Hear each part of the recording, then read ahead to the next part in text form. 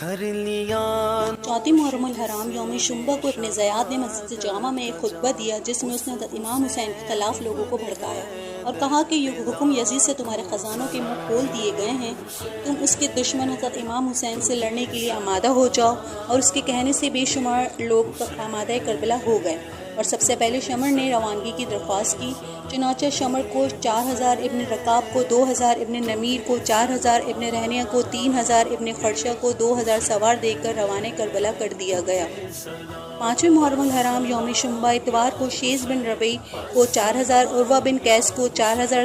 سنان ابن انس کو 10000، محمد بن اشس کو 1000، عبداللہ بن حسین کو 1000 کا لشکر دے کر روانہ کر دیا گیا۔